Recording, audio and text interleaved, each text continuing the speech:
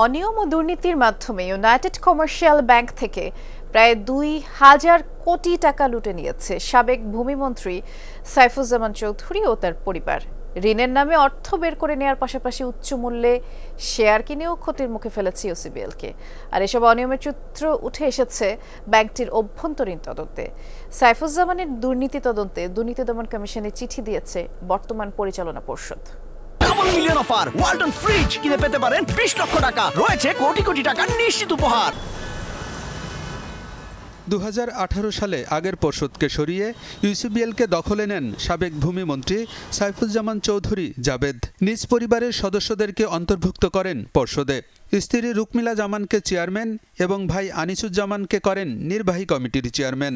চাচাতো ভাই আলমগীর কবির অপুকে নিয়ম লঙ্ঘন করে করা হয় ব্যাংকের উপব্যবস্থাপনা পরিচালক। এরপরই ব্যাংক লুটের ছক আঁকেন জাবেদ। 2018 থেকে 2024 জুলাই পর্যন্ত ব্যাংকের নানা অনিয়ম, দুর্নীতি এবং লুটপাটের কথা জানিয়ে দুর্নীতি দমন কমিশনে চিঠি দিয়েছে বর্তমান পরিচালনা পর্ষদ। এতে বলা হয়েছে, নানা অসঙ্গতি থাকার পরও আদনান ইমামের কোম্পানি জেনেক্স এবং এর সহযোগী কোম্পানিকে ২,০০০ কোটি টাকা ঋণ দেওয়া হয়। যদিও এ ঋণে ব্যবস্থাপনা পর্যায়ে কোনো সুপারিশ ছিল না, শুধু জাবেদের প্রভাবেই ঋণ অনুমোদন করা হয়। নীতিমালা ভঙ্গ করে দেওয়া ঋণের বিপরীতে নেওয়া হয়নি পর্যাপ্ত জামানত। এ ঋণের বড় অংশই বিদেশে পাচার হয়েছে বলেও অভিযোগ আছে। বিশ্লেষকরা বলছেন, রাজনৈতিক প্রভাব খাটিয়ে ব্যাংক লুটপাটে জড়িয়েছে সাইফুজ্জামান চৌধুরী।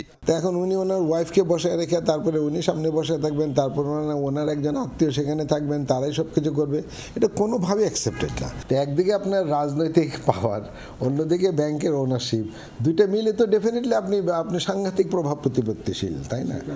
তো সেই কারণে এই গভর্নেন্সের এই প্রবলেমগুলো হয়েছে।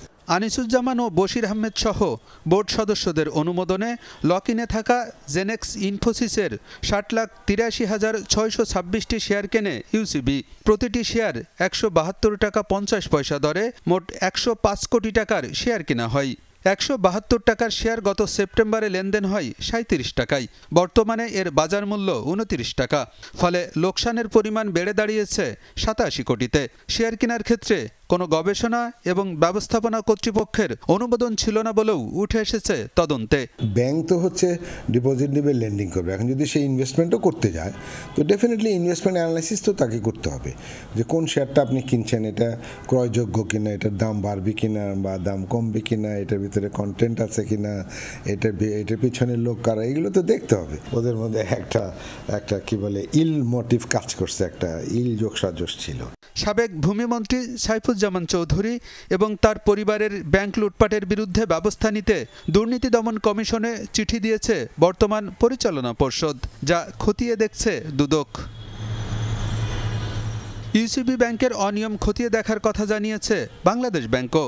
এই অনিয়মের বিভাগগুলো যাদের দেখার কথা, তারা নিশ্চয়ই এই ব্যাংকের এই কেসটার বিষয়ে তারা কাজ শুরু করবে, বিশেষ করে যারা FICSD-তে আছে, অর্থাৎ ফাইন্যান্সিয়াল ইন্টিগ্রিটি কাস্টমার সার্ভিস ডিপার্টমেন্টে, যারা পরিদর্শন বিভাগে আছে, যারা অফসাইট সুপারভিশন ডিপার্টমেন্ট দেখছে, তারা কিন্তু এই ক্ষেত্রে তাদের কার্যকরী ব্যবস্থা গ্রহণ করবার কথা।